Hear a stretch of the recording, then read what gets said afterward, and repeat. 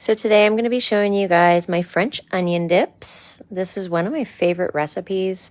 So I start out with the chuck roast, some beef bone broth, Vidalia onions, garlic, and then I also use a sweet onion as well.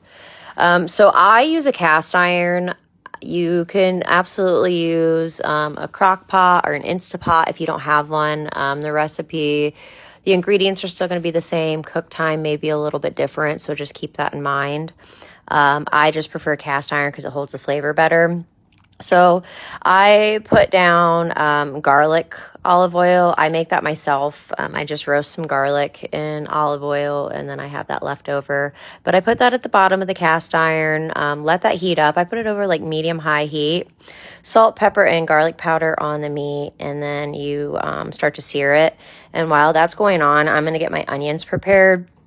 So really, it's up to you how many onions you want to use. The more onions you use, the more powerful the flavor is going to be. I recommend using at least probably 6 to 7 onions, depending on how big they are. And I just peel the skins off, and then I slice them so they're nice and thin slices. And then go ahead and sear the meat. Typically, I would get the other side a little bit more seared than that. You'll see what the other side's going to look like when it's done. I was kind of in a hurry this morning. But you can see how the onions, how I got them all sliced up. I also put a little bit of salt on those onions to let them dry out. That's the kind of sear that you're going to want on your roast. And then turn the heat down. You're going to turn that down to like a medium-low heat. And you're going to go ahead and once the pan's cooled off just a smidge, because you don't want the onions to burn, you're going to put all the onions in there and you're going to begin to caramelize these. And this process takes time, okay? This is one of the most important processes in this recipe is caramelizing these onions all the way down and reducing them. Again, I was on kind of a time constraint, so I didn't put them down as far as I would like to go, but I would say it takes at least a solid 30 to 40 minutes to get those onions cooked down to where they should be. They should be a nice, like, brown translucent. And then I deglaze the pan. You can use white wine. I just had Concord wine on hand. White wine or Concord wine, either of them work just fine, or a red wine. Just something to get the pan deglazed. And then I go ahead and put the roast back on top of those. It kind of just creates like a little bed of flavor.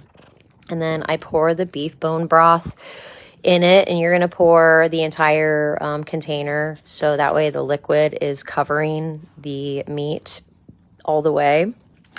It's going to essentially braise it in the oven. I also put a packet of the Lipton Secret Onion seasoning. I love that seasoning. I think it gives it an extra added boost of flavor. I also put a little bit of beef bouillon in there, a couple tablespoons, and then a little bit of Worcestershire sauce as well.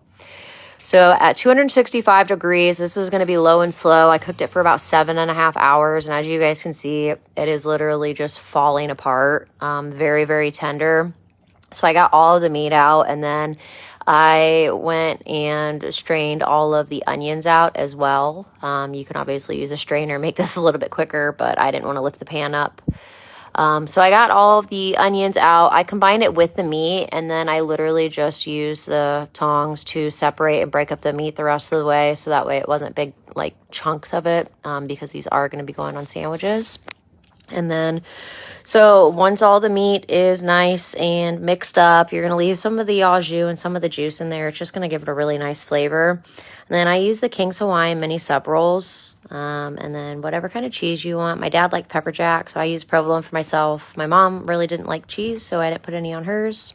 Then you're basically going to do like what you would with grilled cheese and butter the rolls. Put them down, and you're going to let those toast. I just did it over like a medium heat till it gets a nice little crust to it, and it's nice and browned. And then what I do is I like to do open face sandwiches. I think they're just a little bit easier for this. Then you just pile the meat on top of them, however much you want. That's really up to you. I did a generous portion for everybody. And then I went ahead and topped it with the provolone cheese for myself, pepper jack cheese for my dad. And then this is going to go in the oven. The broil is going to be on, I have it on high broil, which is 500. And it's going to go in there for like maybe 1 or 2 minutes. I went ahead and got the au jus ready for everybody for dipping.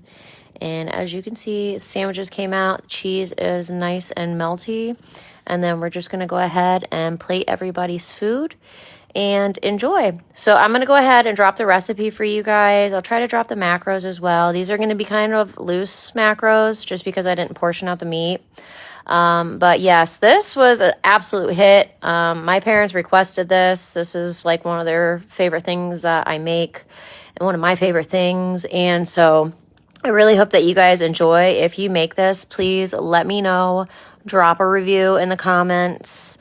And yeah, just be prepared. It is a little messy. It's a lot easier if you just eat it open face. I ate the rest of it open face with a fork, but it was delicious. Everybody ate it. All finished. Enjoy. Thanks, guys.